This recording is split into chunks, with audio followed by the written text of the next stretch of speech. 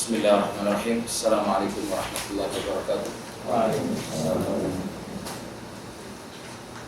Alhamdulillah. Alhamdulillahirabbil alamin.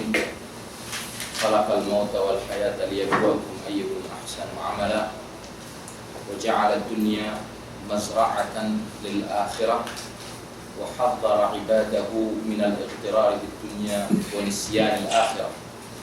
Asyhadu an la ilaha illallah wahdahu la syarika lah wa asyhadu anna Muhammadan abduhu wa rasuluh ba'athahu bil huda wa dinil haqq liyudhhirahu 'ala ad-din kullih walau karihal musyrikun.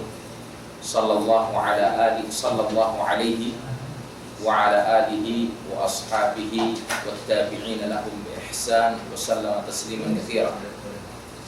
Segala puji yang paling sempurna kita persembahkan hanya kepada Allah Jalla wa'ala, Rabb pemilik dan penguasa alam semesta ini, yang telah menciptakan kematian dan kehidupan untuk menguji siapa di antara kalian yang paling baik amalannya dan siapa di antara kita yang paling baik amalannya, yang telah menjadikan kehidupan yang fana ini sebagai ladang untuk memanen kehidupan akhirat yang kekal dan abadi, yang telah memberikan peringatan kepada hamba-hambanya untuk tidak tergiur dengan kehidupan dunia dan lalai dari kehidupan akhirat.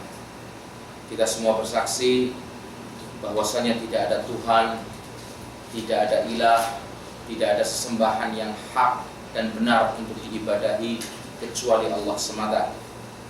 Tidak ada sekutu baginya. Dan kita semua bersaksi bahwasanya Muhammad sallallahu alaihi wasallam adalah hamba dan utusannya. Allah telah mengutus beliau sallallahu alaihi wasallam dengan petunjuk dan agama yang benar dan lurus, yang ditampakkan kepada seluruh agama, kepada seluruh umat manusia di dunia ini, walaupun orang-orang musyrik membencinya atau tidak menyukainya.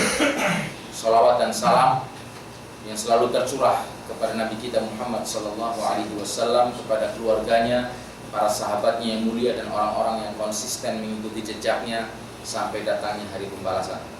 Saudara sekalian yang dimuliakan oleh Allah Tabaraka wa Ta'ala, tema kita pada kesempatan pagi hari ini adalah rintangan menuju Allah Subhanahu wa Ta'ala.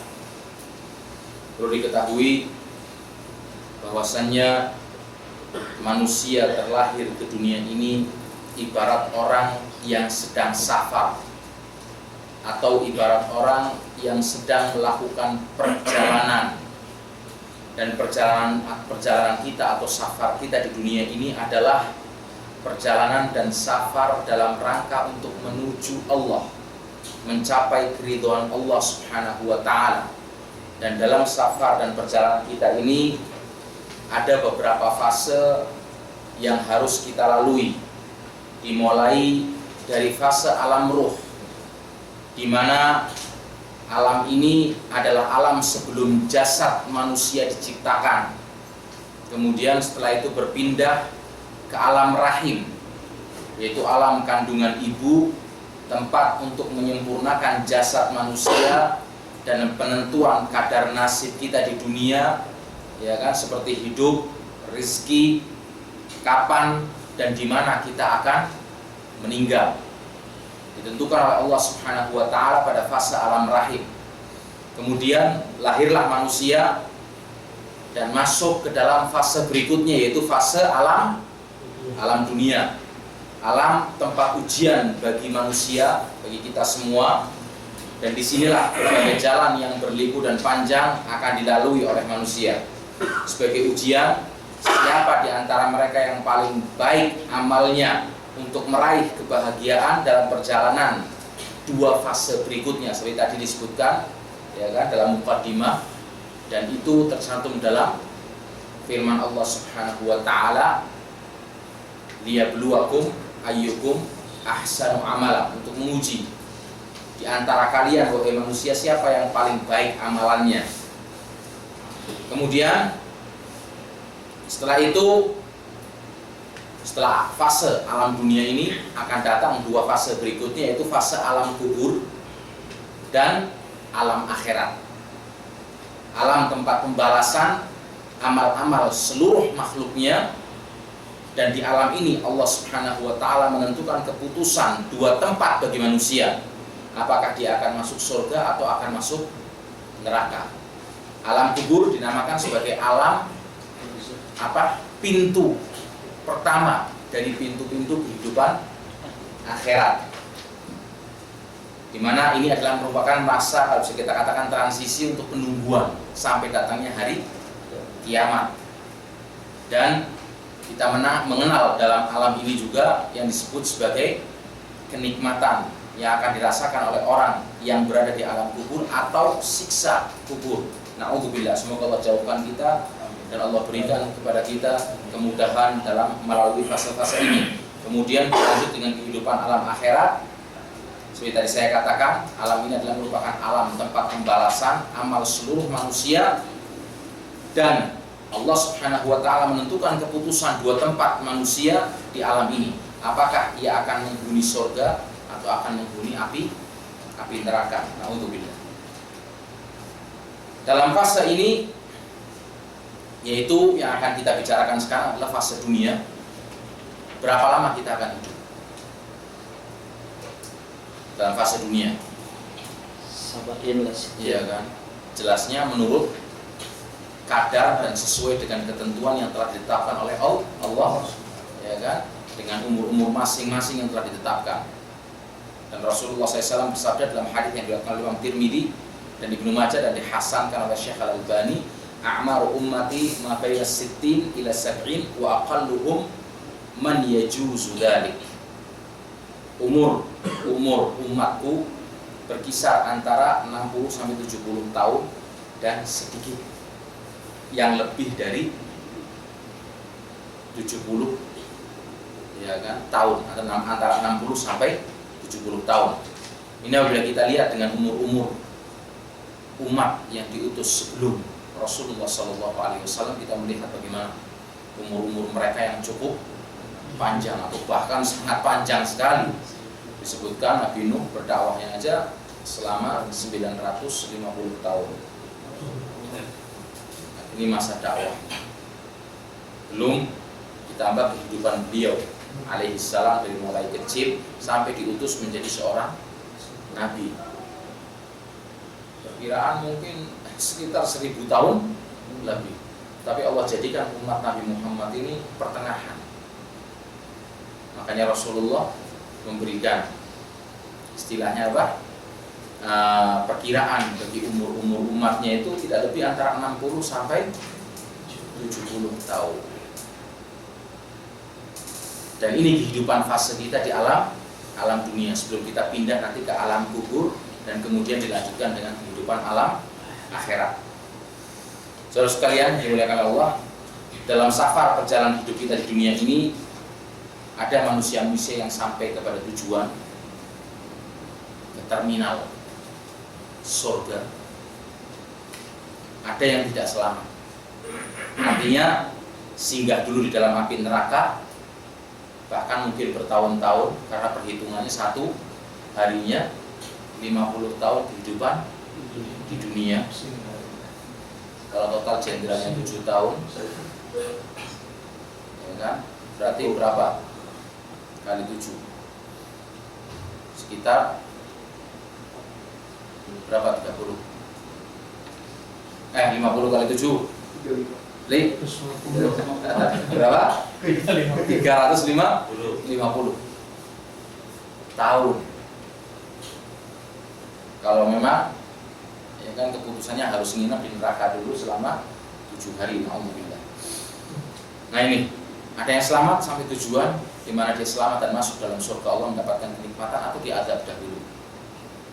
Dan yang dicelakanya lagi adalah manusia-manusia yang kekal dan abadi di dalam api neraka, yaitu orang-orang kafir dan orang-orang musyrik.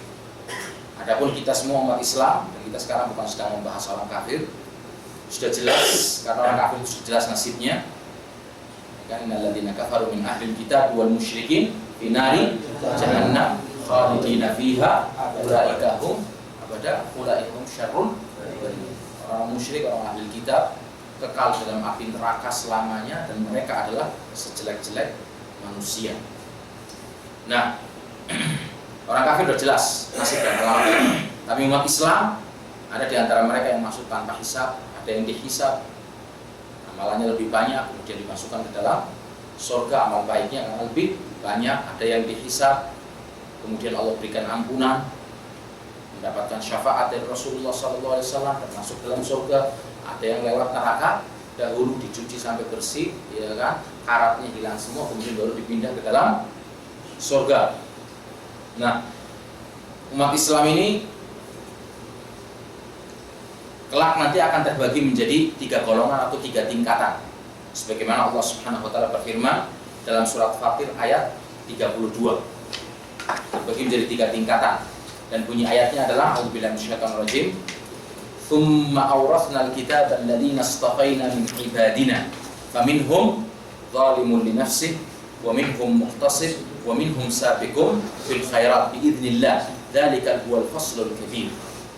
Kemudian kitab Al-Quran ini yang ada di hadapan kita kami wariskan kepada orang-orang yang kami pilih di antara hamba-hamba kami. Al-Quran ini, kata Allah, kami wariskan kepada orang-orang yang kami pilih di antara hamba-hamba kami. Lalu di antara mereka ada golongan yang dinamakan sebagai zalimun li nafsi, yaitu orang yang suka menganiaya diri sendiri.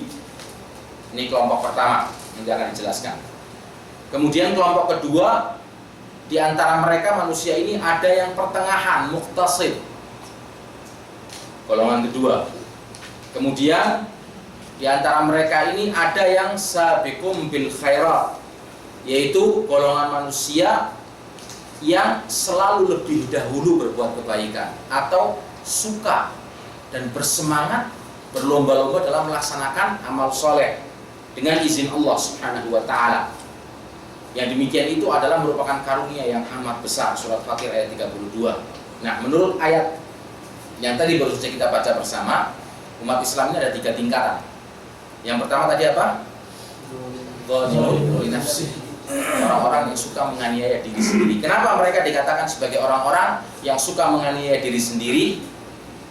Karena mereka adalah manusia-manusia, orang-orang yang tidak perhatian dalam melaksanakan sebagian kewajiban yang telah ditetapkan oleh Allah Subhanahu wa taala. Lalai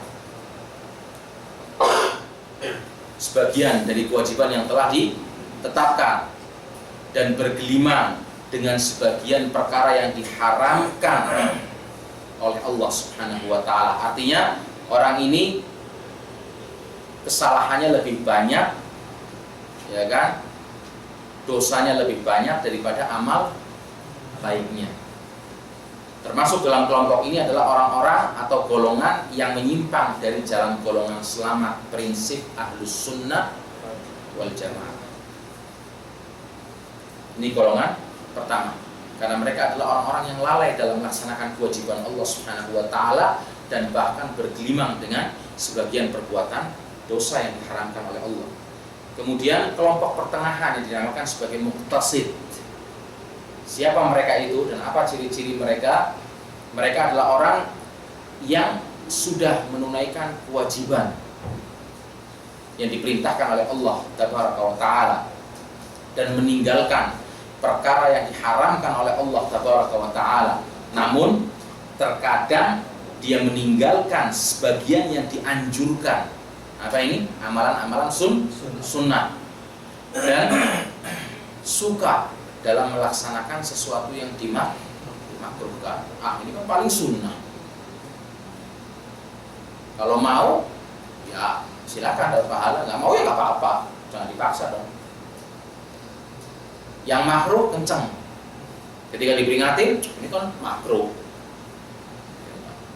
Kalau ditinggalkan dapat pahala, tapi kan nggak apa-apa dilaksanakan. Makruh kok. Dia sudah penuhi kewajiban yang diperintahkan oleh Allah, yang diharamkan dia tinggalkan. Tapi dia sangat-sangat lalai atau tidak ada semangat untuk melaksanakan sunnah-sunnah, yang mana amalan-amalan sunnah ini fungsinya kan untuk menambah kekurangan dari amalan yang wajib. Begitu juga yang makruh. Kewajiban seorang muslim itu harusnya lebih utama untuk meninggalkan perbuatan tersebut karena mengejar pahala dari Allah Subhanahu wa ta'ala, daripada menyandarkan diri, yang penting makruh dilaksanakan, tidak apa-apa. Makanya kita dapati ya kan, kalau kiainya satu hari satu puntung, ya kan, rokok, maka umatnya, ya kan, satu bungkus.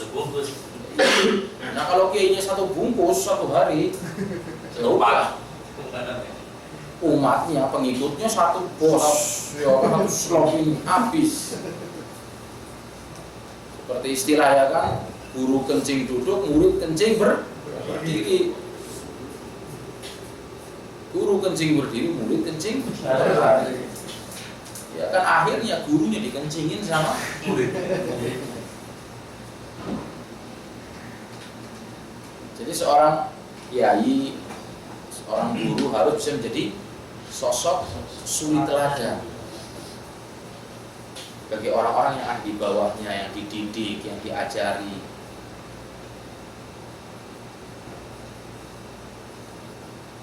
Kalau itu adalah merupakan amalan sunnah, maka dia yang pertama kali melaksanakan, mencontohkan, walaupun sunnah, sebagai suri teladan bagaimana dia bisa bersemangat menegakkan dan menghidupkan sunnah-sunnah Nabi Muhammad SAW. Kalau itu adalah amalan makruh, dia yang pertama kali meninggalkan sebagai suri teladan bagi umatnya untuk bagaimana mencontohkan, mengajarkan, ya kan, meninggalkan lebih utama amalan ini daripada melaksanakannya, walaupun tidak apa-apa.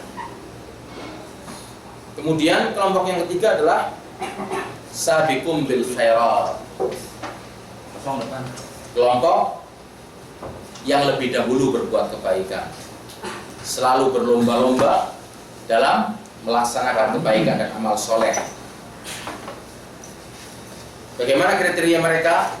Mereka adalah orang-orang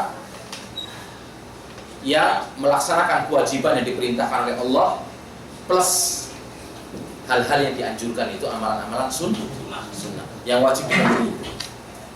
Kemudian ditambah dengan melaksanakan amalan sunnah. Kemudian meninggalkan perkara yang diharamkan, ya, plus meninggalkan perkara yang dimakruhkan.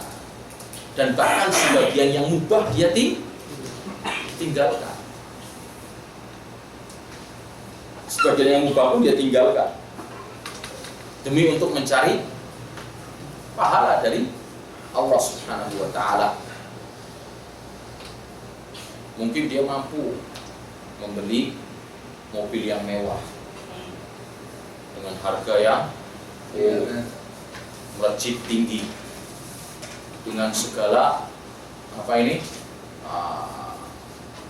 teknologinya yang canggih, ya kan. Duduk di kursi mobilnya, setel, mijet sendiri, langsung tidur banyak. Ya, jadi mobilnya di belakang ada alat yang buat mijet, atau katanya Lexus yang baru kayak gitu. Di belakangnya ada ini, jadi kalau majikan duduk, kita tinggal duduk, pijet sendiri, di setel. Nah, sambil nonton TV, ada apa semua, ada kulkas kecilnya dalam mobilnya, ada apa, wah, mubah kan, duit gue kok, ya kan. Karena mau beli pakai duit saya sendiri, alhamdulillah duit yang halal. Tapi mungkin dia adalah orang yang berpikir panjang. Saya harus mengeluarkan uang yang begitu besar, sedangkan mungkin mobil yang kurang dari itu sama saja toh bisa berkhidmat untuk diri saya. Dan mungkin nampungnya lebih banyak. Saya bisa bawa keluarga saya, atau membantu orang-orang yang lemah. mengantarkan mereka saat sakit atau apa sekalian. Walaupun ini mubah dia tinggalkan, dan lebih baik ya kan, saya sisihkan uang ini untuk investasi dalam kehidupan akhirat. Saya mungkin bisa beli rumah yang mewah, jumlah rumahnya, jumlah kamarnya itu 40 misalnya, kan mau ditinggalin cuma 2, 3, 4 kamar, kecuali situ mau punya istri kayak Malik Abdul Aziz ya kan? Oh, anaknya banyak, 45. Nah itu lain lagi, yang akan dipakai cuma 2, 3, 4 kamar. Dia bangun sesuai dengan kapasitas, cukup ya kan, mampu dia. Biasanya mungkin kursinya pakai lapisan emas atau pakai ini. Apa?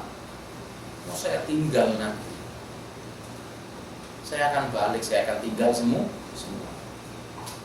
Saya buat rumah yang cukup untuk keluarga saya, sederhana, alhamdulillah, bisa untuk berteduh dari panasnya terik matahari dan ya kan, hujan yang mengguyur bumi.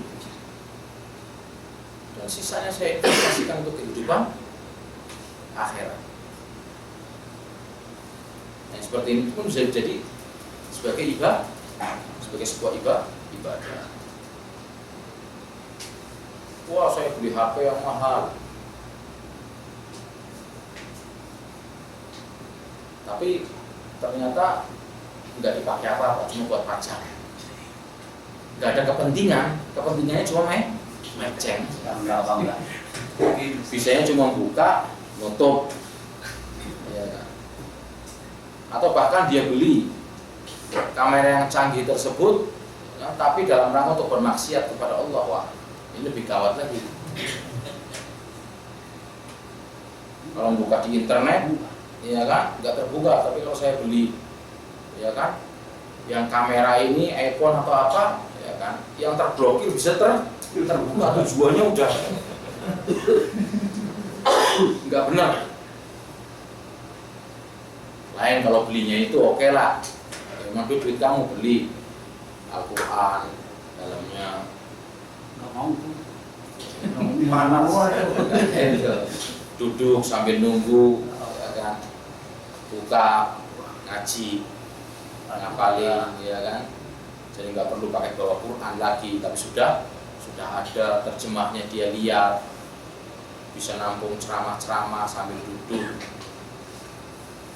colokin ke tip mobil dan apa semua, suaranya jadi besar, nggak ada masalah. Tapi sudah belinya mahal dalam rangka untuk maksiat lagi, waduh. Nah, ini yang kau, bukan jadi halal malah jadi haram. Nah, ini kelompok yang ketiga, dan Rasulullah SAW bersabda dalam sebuah hadis, walaupun hadis ini dhaif, lemah, tapi matannya adalah merupakan sebuah kebenaran yang bisa menjadi peringatan bagi kita bersama, di mana disebutkan di sini al-kayyisu man dana nafsahu wa amila lima ba'dal maut, wal ajizu man atba'a nafsahu hawaha wa tamanna 'ala Allah. Nah, di sini diriwayatkan oleh Tirmidzi. Orang yang cerdas, al-kayyis, adalah orang yang mempersiapkan dirinya dan beramal untuk hari setelah kematian. Ini orang yang pintar. Bagaimana orang yang dikatakan sebagai orang yang pintar? Orang yang cerdas mempersiapkan dirinya dan beramal untuk hari setelah kematian. Sedangkan orang yang bodoh, al-ajiz, orang yang lemah, adalah orang yang jiwanya mengikuti hawa nafsunya dan berangan-angan kepada Allah. Allah kan Ghafurur Rahim. Jadi kita senang-senang dulu bermaksiat, nanti tobatnya kalau sudah tua. Kalau sudah lemah, nah dia nggak tahu kalau sudah lemah itu berarti kan pahalanya nggak seperti ketika lagi kuat. Sekarang nggak bisa sholat kecuali duduk. Dulu waktu masih kuat nggak pernah sholat. Nah, insafnya udah tua. Alhamdulillah masih Allah beri umur panjang. Dan masih Allah beri apa ini? Keinsafan, hidayah. Tapi di saat udah nggak bisa sholat kecuali lebih utama dan lebih besar mana pahalanya? Ketika dia mampu untuk berdiri dalam keadaan sehat dan menunaikan sholat dengan ketika dia sudah rapuh dan harus duduk.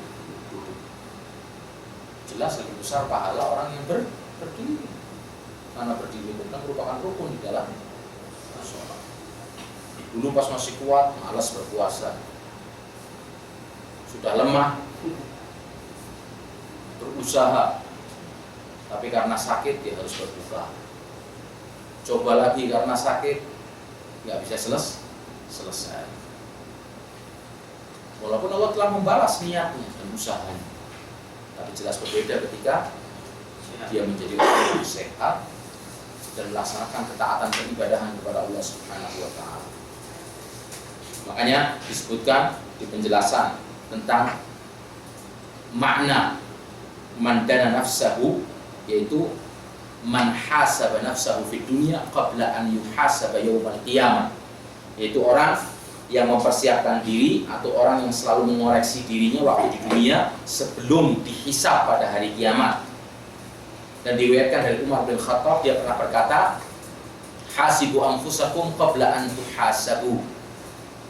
Kata Umar, hisablah, hitunglah, koreksilah diri kalian sebelum kalian nanti diperhitungkan dan dipertanggungjawabkan di hari akhir.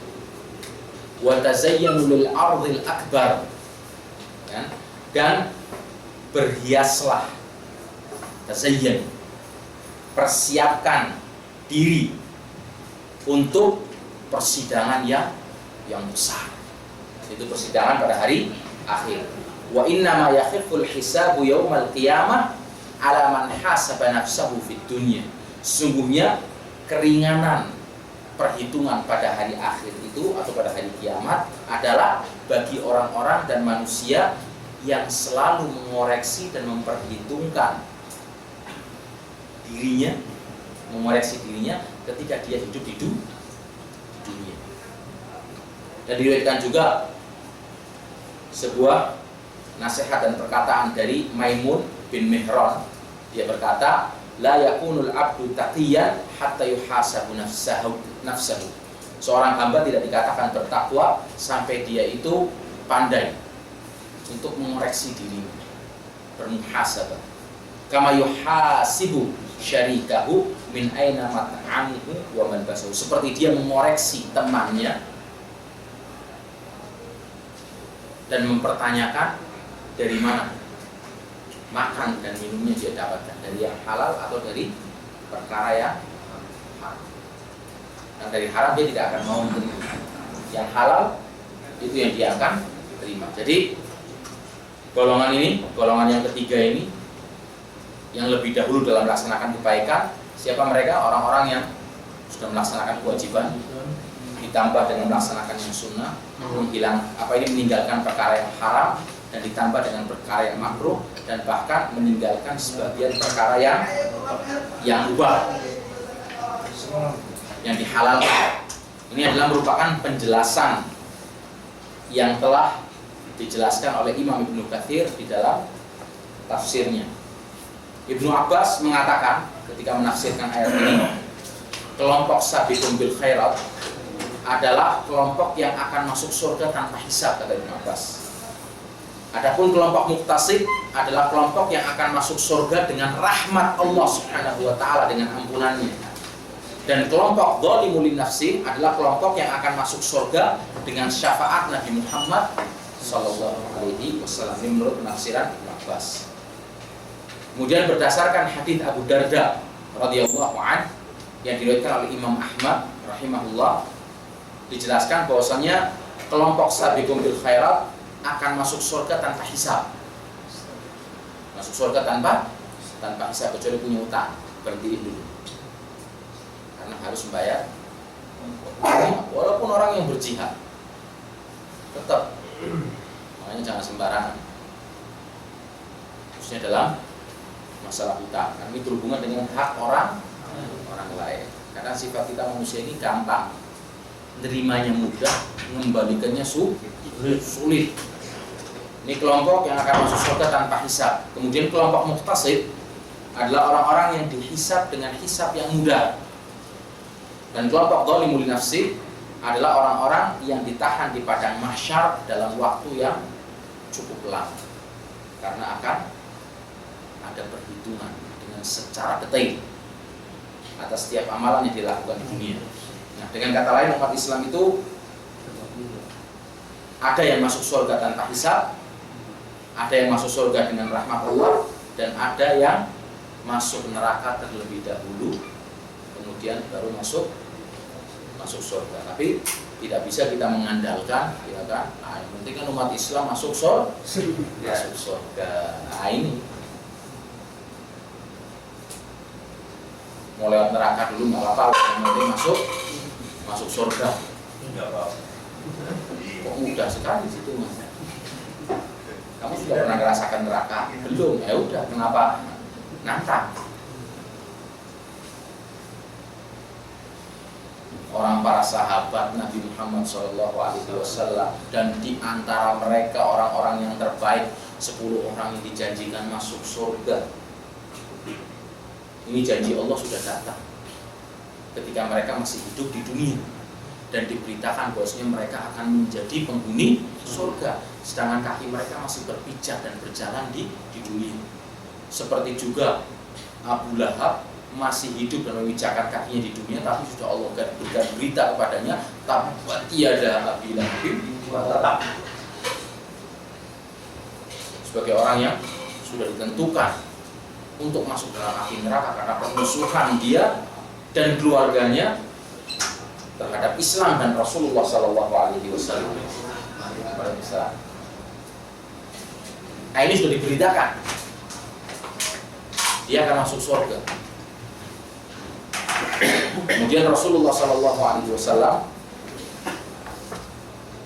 memberitakan kepada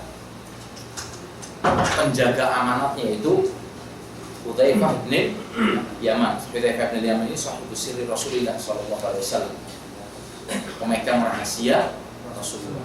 Daftar orang-orang munafik di Madinah setelah diberitahu oleh Allah kepada nabinya, itu yang megang adalah Hudzaifah bin Yaman. Yang megang daftar orang munafik. Jadi kalau dia ikut sholat di masjid, Hudzaifah tahu. Rasulullah udah jelas. Ini munafik. Beritanya langsung datang dari Allah. Itu yang namanya para sahabat, diantaranya Umar bin Khattab, sampai mencari dan nyamperi Hudzaifah ini untuk bertanya dan mengatakan, nama saya tercantum di situ atau tidak? Cantum bayang. Ini seorang Umar dan sahabat yang lainnya,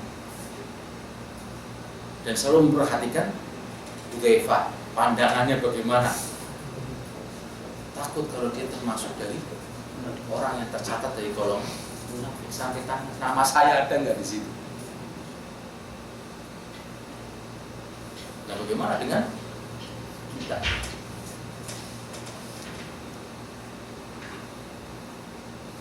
Seperti dulu pernah di sebuah majalah saya baca, Ki Gendeng Pamungkas, tahu kan? Salah satu dukun kondang di Indonesia, paranormal.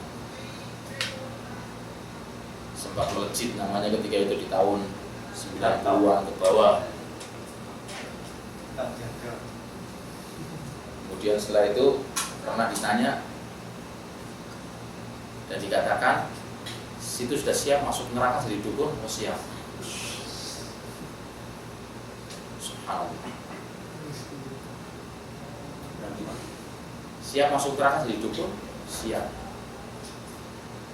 Dan cita-citanya terrealisasikan, masuk Kristen. Jadi dukunnya udah musyrik, plus ditambah lagi, ya.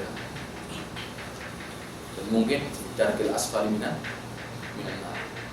intipnya di bawah. Jangan pernah merasa bangga dengan perbuatan maksiat, dan jangan pernah merasa pede dengan perbuatan dosa. Ini harus kita perhatikan. Nah, kemudian pertanyaannya di sini adalah, mengapa ada umat Islam yang tidak sampai tujuan ridho Allah dan surganya dengan selamat, dan masih ada di antara mereka yang masuk neraka, bahkan mungkin lebih banyak? Kenapa? Masih ada umat Islam yang tidak sampai terminal surga, mendapatkan keridhaan Allah dengan selamat, masuk dalam neraka dulu, dan mungkin bahkan lebih banyak yang masuk neraka. Jawabannya adalah karena ada rintangan atau musuh yang menghalangi manusia dari jalan keselamatan, yang kita harus peringatkan dan berhati-hati terhadap rintangan-rintangan ini. Nah, kita akan jelaskan paling tidak ada 2 rintangan atau musuh yang menghalangi manusia dari jalan kebaikan dan keselamatan. Pertama, musuh dari dalam pribadi internal, dan kedua musuh dari luar eksternal. Nah, pertama ini musuh dari dalam. Ini siapa musuh dari dalam? Ya kan? Nah, ini bisa dikatakan musuh dalam selimut, bahaya juga. Kalau musuh yang kelihatan udah jelas, jotos-jotosan udah kelihatan. Nah, kalau musuh dalam selimut, itu mau jotos siapa? Atau memukul siapa? Nah, musuh di dalam selimut ini ada 2. Yang ini banyak menjerumuskan manusia ke dalam kesesatan. Yang pertama adalah jahil fiddin, kebodohan. Nah, orang yang bodoh sebenarnya memiliki kekuatan penuh untuk menuju jalan Allah Subhanahu wa taala, tetapi tidak tahu jalan, ya kan? Keminter, nggak tahu jalan yang benar, ditambah keminter, itu kata orang Jawa, atau sok pintar, sok tahu, akhirnya muter-muter melakukan kesyirikan, bid'ah dan kemaksiatan, plus ditambah ngakunya ini sebagai sesuatu yang dicontohkan oleh Rasulullah SAW.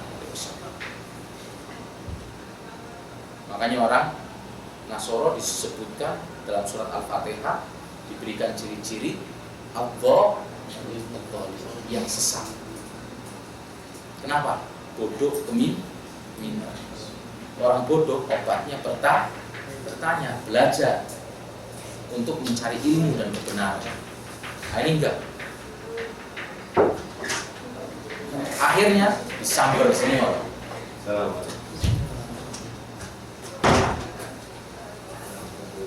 Enggak tahu itu bid'ah, taklid buta. Yang dia lihat cuma manusianya.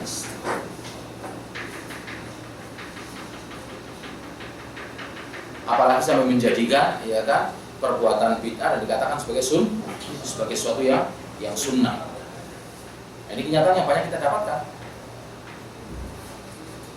dalam kehidupan kita.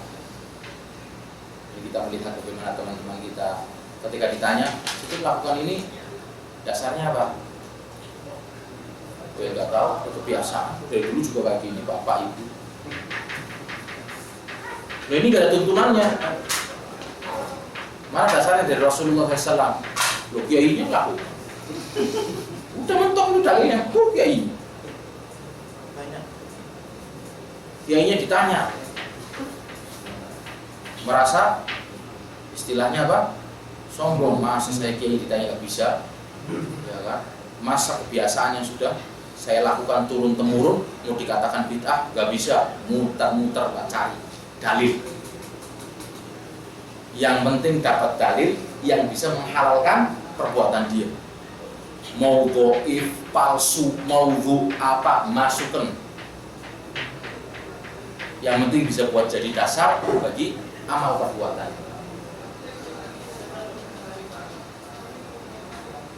Jadi patokannya bukan lagi, ya kan, firman Allah, sabda Nabi yang sahih, tidak. Tapi patokannya bagaimana saya bisa mendapatkan dasar untuk membenarkan perbuatan saya. Makanya bersyukurlah orang-orang yang Allah berikan kemudahan untuk bisa mempelajari agama yang benar. Man yuridillahu bihi khairan yufaqihuhu fid-din. Karena saya beri kehendaki oleh Allah kebaikan padanya, niscaya Allah akan memahamkannya dalam agama yang benar dalam beragama.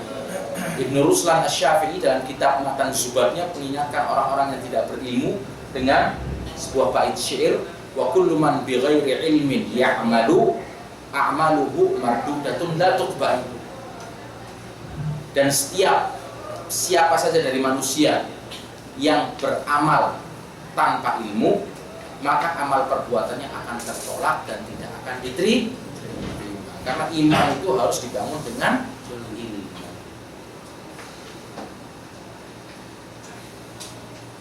Dan amal soleh yang akan menunjang bertambahnya ilmu seseorang adalah amal soleh yang dilakukan dengan ilmu. Anda mau sholat Anda harus ikhlas. Kita belajar bagaimana sholat yang diajarkan oleh Rasulullah, itu ilmu, kita ikuti. Yang nggak diajarkan ya sudah, tinggalkan. Yang diajarkan itu yang kita kejar dalam praktekkan Islam, melaksanakan Islam. Kita harus berilmu. Yang tidak diajarkan, tinggal. Khali-wali kata orang sini, jangan diurusin. Yang kita kejar dan kita laksanakan yang ada ilmu. Kemudian musuh yang kedua adalah nafsu, keinginan-keinginan manusia. Ini yang akan membuat manusia itu malas untuk beribadah, menuntut ilmu, bahkan berdakwah. Atau mungkin dia tahu kebenaran tapi tidak mau menjelaskan. Karena nanti kalau saya jelaskan, padahal dia tahu ini amalan bid'ah, ini amalan tidak ada contohnya. Saya tahu, cuma kebanyakan manusia dan masyarakat pinginnya kayak gini. Kalau nggak gini, hanya nggak ada yang mau.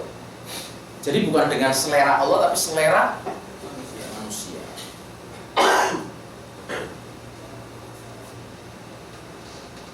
Nah ini, makanya kenapa orang Yahudi Allah juluki dengan al-maghdub, yang dimurkai. Kenapa? Karena dia tahu kebenaran tapi tidak mau melaksanakan kebenaran tersebut. Dia tahu yang hak. Dia tahu kalau ini adalah nabi utusan Allah dengan ciri-ciri yang pernah disebutkan di dalam kitab suci. Dia tahu kalau dia pindah ke kota Madinah dan berhijrah ke kota Madinah, karena kota Madinah adalah merupakan kota yang tersebut dalam kitab Tauratnya dengan ciri-cirinya bahwasanya akan diutus seorang nabi dari kota tersebut, di kota tersebut. Dan itu pun telah Allah tampakkan kepada mereka, tapi mereka menolak dan protes kepada Allah. Kenapa? Nabinya diutus dari orang Arab dan tidak diutus dari orang Yahudi. Harusnya yang berhak jadi nabi Yahudi dong, yang lainnya nggak berhak.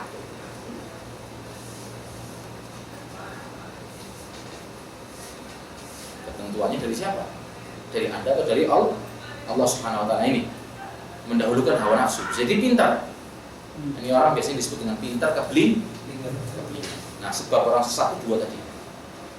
Dari musuh dalam selimut, bodoh pemintar, atau pintar kebling. Tahu yang benar tapi tidak mau melaksanakan.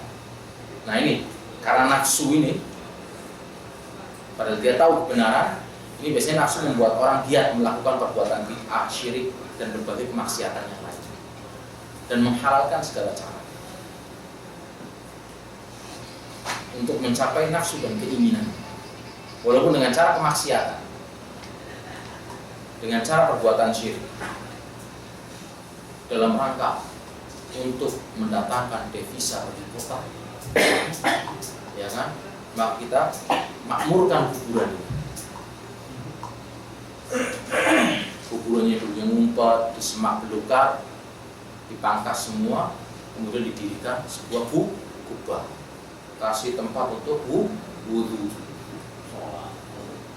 kasih tempat untuk sholat. Kenapa? Biar ada tempat untuk mendatangkan devisa turis masuk ke kota kita.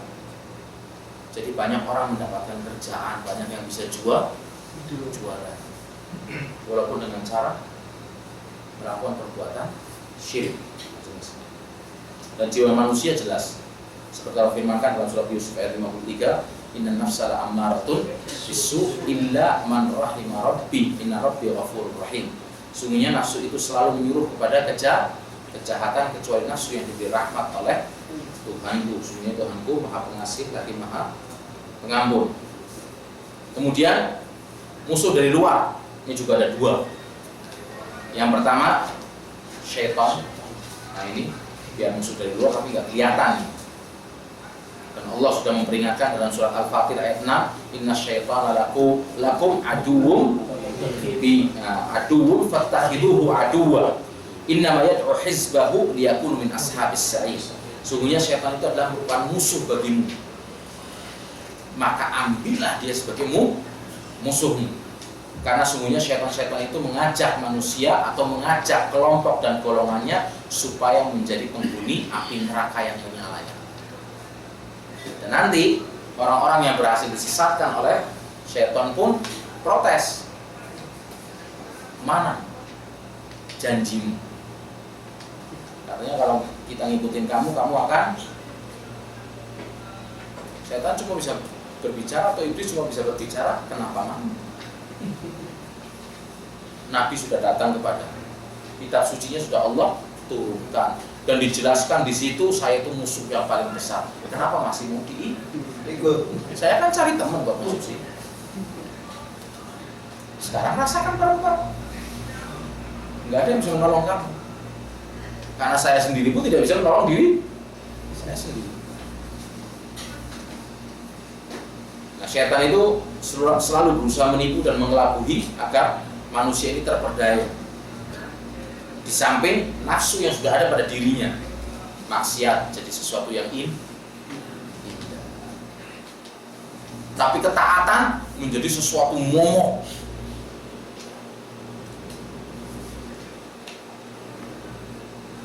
Pernah dulu di pesantren ada seorang kaum ketika masih nyantri, dimasukin di pesantren. Ketika pulang ke rumah, orang tuanya kaget, kebingungan dan ketakutan. Kenapa? Takut kalau anaknya stres atau konslet, jelek atau mirip. Dan terus emangnya kenapa? Enggak, masalahnya sholatnya 5 waktu ke masjid. Terus malam-malam jam 2 itu udah bangun sholat malam. Kita dengar nggak percaya, kok ada gitu.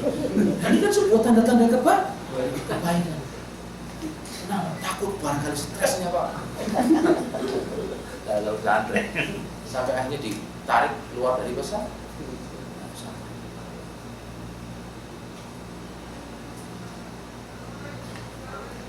Gilirannya mengajarkan kebenaran, ya kan, memakai pakaian yang sempurna, ada apa semua dimusuhi. Dengan diejek, dijuluki ninja, ya kan, dan lain sebagainya. Karena dia memakai busana muslimah yang sempurna. Tapi giliran, ya kan, cuma pakai bikini di pantai, indah. Bahkan, ya kan, di negeri barat yang namanya film apa, film blue atau apa dikatakan sebagai sebuah seni. Foto telanjang dikatakan sebagai sebuah seni. Seperti ketika dulu pernah beredar di Indonesia foto-foto vulgarnya istrinya Soekarno, Madam Besuga. Apa dikatakan? Ini kan koleksi seni pribadi. Indah kan? Maksiat diindah. Itu budaya syaitan. riba dirubah menjadi bunga.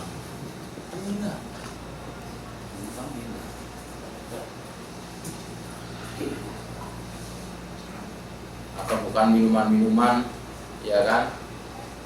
Yang di situ ada alkoholnya, dinamakan sebagai suplemen lah, ini ada apa, ya kan, menambah yang diharapkan untuk kita minum. Layak dia hiasi maksiat itu dan dibungkus menjadi sebuah keindahan. Miss, ya kan, apa miss apa itu? Dunia, Miss Indonesia, ya kan, dan lain sebagainya. Apa persyaratannya? Piawai, pandai, ya kan, bisa berbahasa lebih dari satu, ya kan, memiliki ini dan itu ada. Ini semua dijadikan sebagai kertas pembungkus dalam rangka untuk memperjualbelikan dan menampilkan lawan.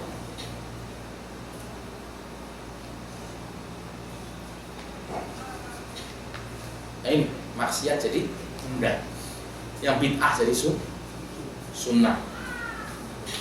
Yang sunnah apabila dilaksanakan, Anda dituduh sebagai pelaku bid'ah atau pembawa agama baru.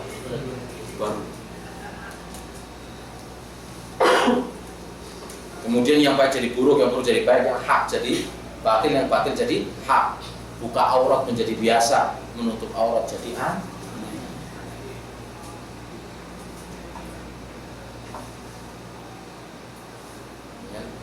Yang ma'ruf jadi mungkar, yang mungkar jadi ma'ruf. Yang menegakkan kebenaran dimusuhi, tapi yang menyebarkan kemungkaran, amar mungkar nahi ma'ruf, justru malah diangkat jadi pahlawan. Ini adalah merupakan satu hiasan-hiasan syaitan. Kemudian yang kedua, dunia. Nah ini dunia ini. Allah SWT berfirman dalam surat Al-Anfal ayat 28, wa'lamu annama amwalukum wa auladukum fitnah. Diketahui sesungguhnya hartamu dan anak-anakmu adalah fitnah, ujian dan coba. Nah, harta ini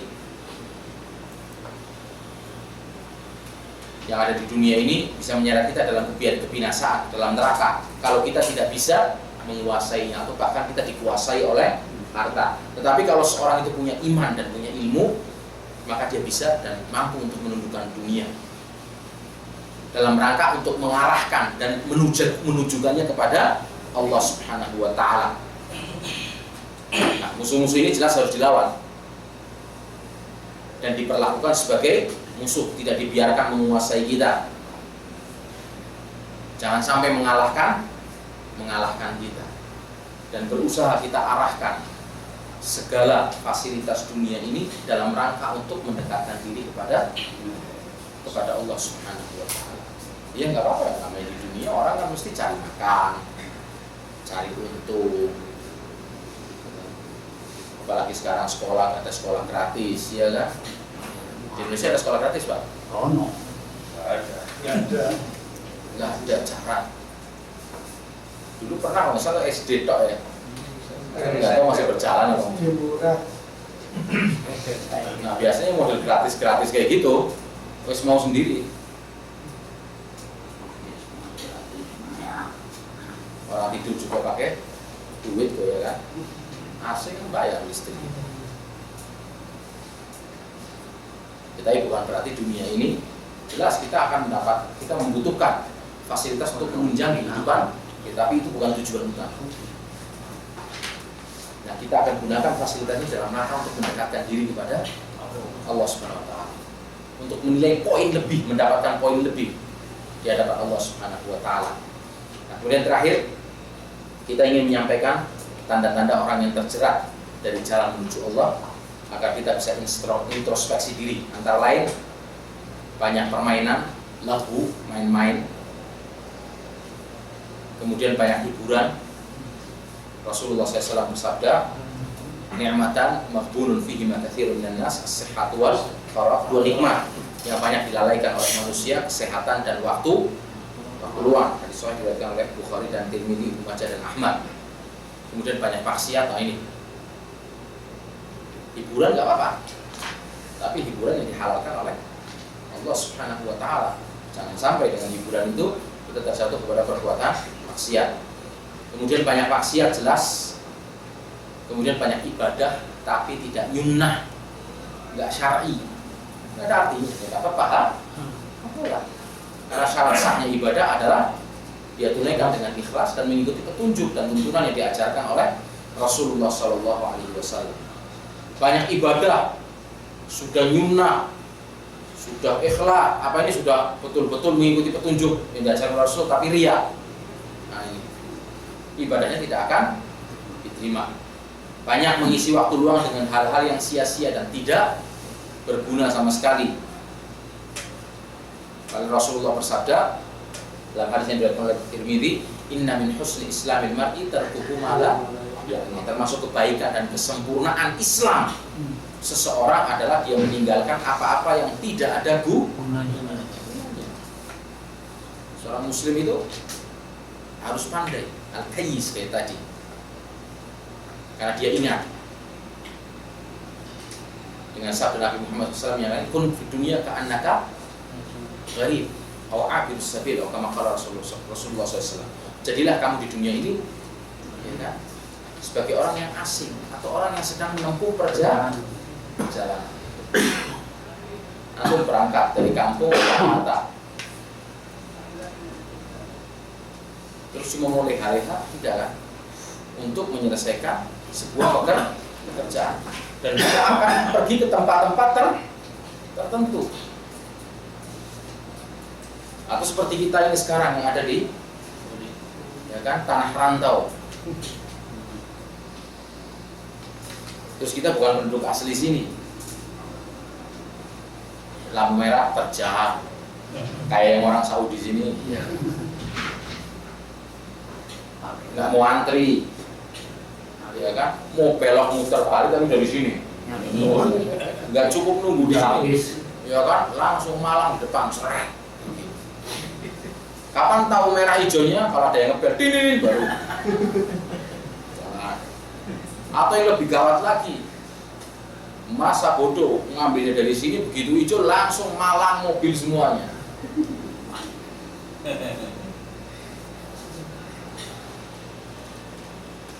Dibilang kayak gini, ya kan, malah keluarnya dua. Jadi mentok. Jadi mau gue, ya kan. Nah, coba yang melakukan kita gitu.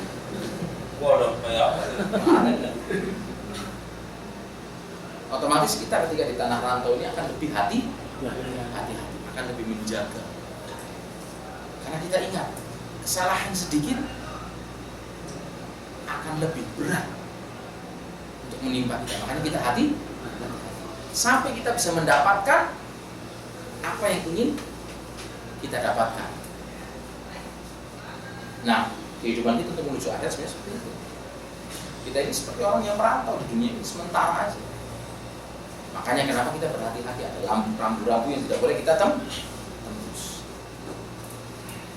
Kalau itu mau jalan lurus dan terus tidak mengindahkan lampu merah atau rambu-rambu lalu lintas, yang mesti ditabrak atau nabrak pasti. Sampai kita datang ke tempat tujuan dan kita tenang. Nah, ini wasiat yang disampaikan oleh Rasulullah SAW. Nah, di antara kebaikan seorang Muslim adalah dia meninggalkan apa yang tidak ada gunanya untuk dia lakukan. Artinya dia tidak akan berbuat kecuali yang mendapatkan nilai plus dan kelebihan untuk dirinya. Nah, itulah orang-orang yang tidak lulus menuju jalan Allah Subhanahu wa Ta'ala. Kita semua berdoa dan mohon kepada Allah hidayah dan taufik agar kita dan kehidupan kita di dunia ini penuh dengan arti, dan kita bisa melakukan hal-hal yang diridhoi oleh Allah, diberi ketepatan, diberikan taufik untuk bisa beramal soleh dan beristiqomah dalam melaksanakan ketaatan kepada Allah Subhanahu wa Ta'ala, sehingga di akhir perjalanan kita ini benar-benar menjadi manusia yang bisa sampai kepada Allah, sampai kepada keridhaan Allah Subhanahu wa taala, dan bisa masuk dalam surganya ya, dengan selamat tanpa mampir ke neraka terlebih dahulu. Semoga Allah jauhkan kita dari azab kubur dan azab nerakanya. Amin ya rabbal alamin. Subhanallah wa bihamdihi asyhadu an la ilaha illa anta astaghfiruka wa atubu ilaik. Assalamualaikum warahmatullahi wabarakatuh.